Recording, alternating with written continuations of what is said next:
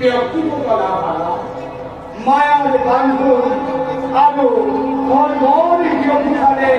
কত লোকে কত কষ্ট করছে কারণ কারণ মৈত্রতে বলি বাদুল এই অবস্থিত যদি এগুলোই ফলপ্রসূ হয় তেনে ফলে ইয়ার ফল কি লাভদায়ক হব অন্যথা কবি দাবানলে এ খবর পড়া সকলকে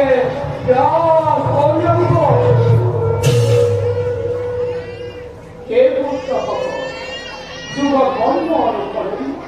আমি তোমার উপরে দৈন্য সহকারী আত্মসমাধি উচিত অনুচিত বিষয় বিবেচনা বুদ্ধি তোমার